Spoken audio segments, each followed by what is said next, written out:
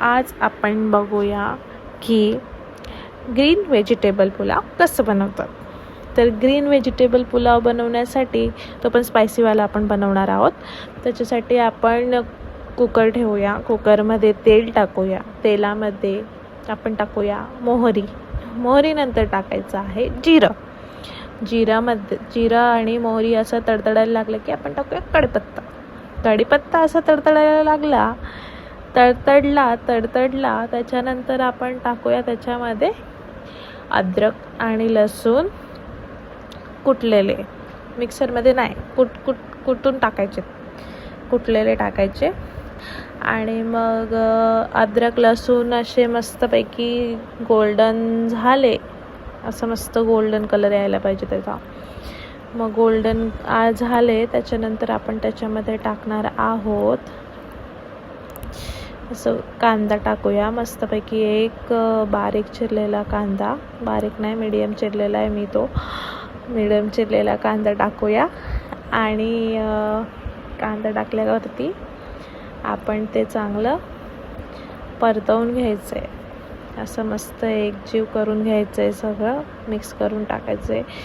Okay, माझं अद्रक लसूण जरा जळून गेलं, एवढं नाही जळवायचं आपल्याला, ते थोडंसंच गोल्डन करायचं आहे. आणि नंतर आपण त्याच्यात कांदा तो मिक्स गेल्यावरती आपण आता 2 मिनटं थांबूया. ते थोडंसं तेलामध्ये कांदा जरा होऊ देऊया. मग त्याच्यामध्ये आपण टाकूया ग्रीन पेस्ट. तर ग्रीन पेस्ट कशी केली आहे मी, त्याच्यामध्ये मी मिरची आणि तुम्हाला जसं तिखट पाहिजे असेल तसं तुम्ही टाकू शकतात. मिरची, कोथिंबीर, पुदिना आणि लिंबू अशी मी ती ग्रीन पेस्ट बनवली आहे. आणि ती पूर्ण आता आपण कांद्यामध्ये आणि तेलामध्ये अशी चांगली मिक्स करून घ्यायची. मिक्स केली की आपण जरा वेळ ते तेलामध्ये जरा फ्राय होऊ द्यायचं असं मस्तपैकी छान. आणि मग त्याच्यामध्ये आपण 1 टोमॅटो टाकूया, छोटा 1 टोमॅटो टाकल्यावरती आपण ते परत मिक्स करून घ्यायचं.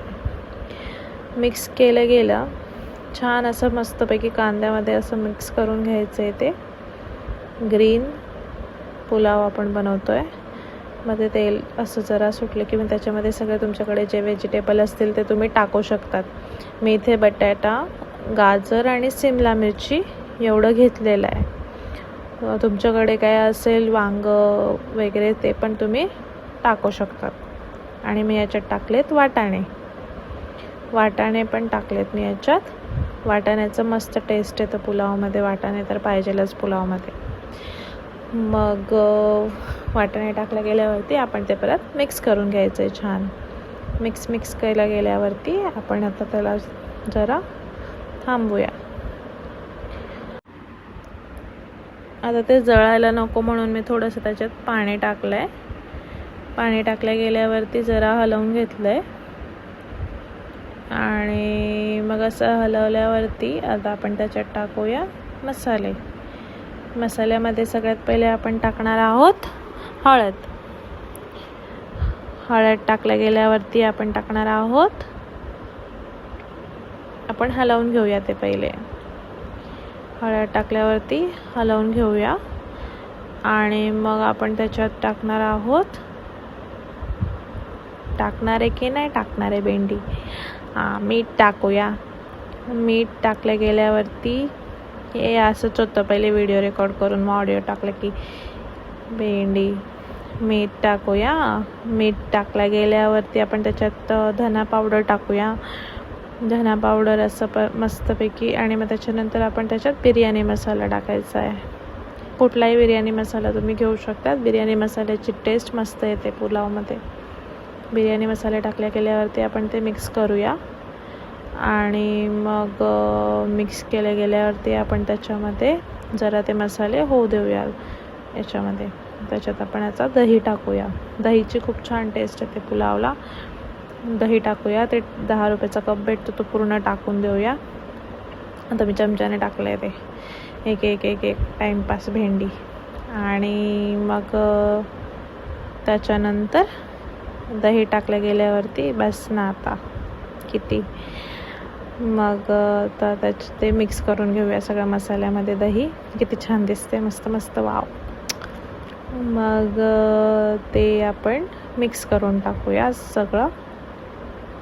हे बघा किती छान ते मिक्स व्हेज भाजी येते तसं दिसतंय ते. पण ते मिक्स व्हेजची भाजी नाही करायची आपल्याला, पुलाव करायचा आहे. त्याच्यामध्ये आता मी टाकले स्वच्छ धुवून घेतलेले तांदूळ. तुम्ही पुलावसाठी लांब तांदूळ घेऊ शकता, छोटे तांदूळ घेऊ शकता. तिथे मी बासमतीचे तांदूळ घेतलेत लांब, आणि ते छान धुवून मी टाकलेत. एक पण तांदळाचा दाणा वेस्ट नाही केला मी. ओके. आणि मग त्याच्यामध्ये मिक्स करूया मसाल्यामध्ये छान छान. बघा किती आत्ताच छान दिसतंय ते, मस्त दिसतंय. पूर्ण मिक्स झाल्यावरती पूर्ण मसाल्यामध्ये मिक्स होऊन जायला पाहिजे ते पूर्ण तांदूळामध्ये मिक्स करायचं आहे पूर्ण.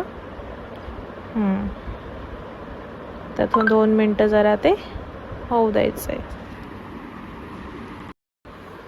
हलवून घेऊया चांगलं, सगळं एकजीव करून घेऊया मस्तपैकी. हलवल्यावरती आपण त्याच्यामध्ये तांब्या टाकायचं, 1 तांब्या पाणी टाकायचे, तांब्या नाही टाकायचे.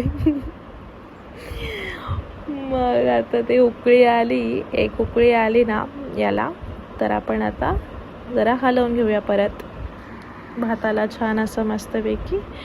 चमच्याने हलवल्यावरती आपण आता कुकर लावून टाकायचा. म्हणजे कसं मसाला एक साईडला, तांदूळ एक साईडला नाही राहत. एकदाचा हलवला की कुकर लावला की झालं. बघा झालं. आता किती मोठी वाफ आली बघा, तसंच दिसतं ते, वाफ दिसते पूर्ण.